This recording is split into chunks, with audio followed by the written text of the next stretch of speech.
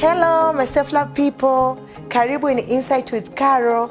Leo tutaongelea self love. Self love ni kujipenda. Kujipenda ni kuthamini, kukubali thamani yako binafsi, nguvu zako na mapungufu yako. Kujipenda kunahusisha mambo mengi sana. Mojawapo ni kuupa uzima mwili wako, kuupa kipaumbele, kujihudumia na kujihurumia.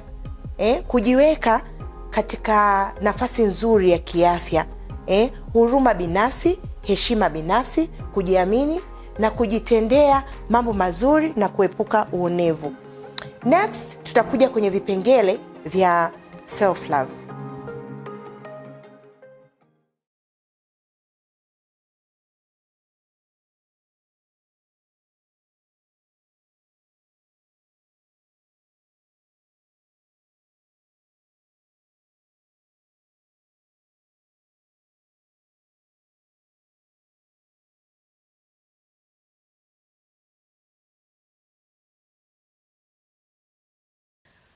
Vipengele vya self love ni, kwanza kabisa ni kujikubali, yani kuwa na acceptance.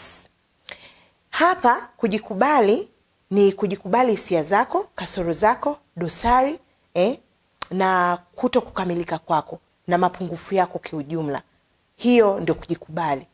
Then kujipenda kunaleta uzima, well-being ya mtu, kuweka kipaumbele kwenye uzima wako mwenyewe, hisia zako, kiakili, kimwili, kwa kufanya vitu kama mazoezi, kula vizuri na pia kupumzika na kufanya kazi ambazo zinakupa furaha.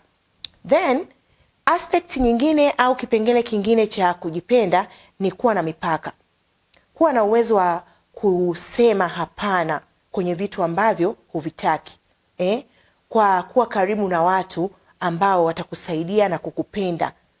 Na kipengele kingine ni kujiheshimu.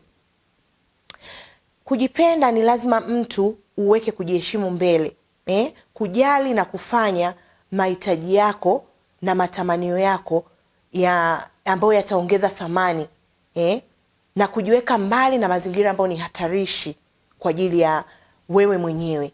Hiyo inahusisha kujiheshimu.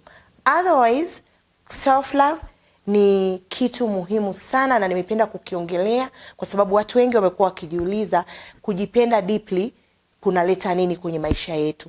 So, nini ufanye ili uweze kujua kwamba hapa ninafanya hichi kitu ninajipenda. Nini ufanye ili kujijengea kujipenda?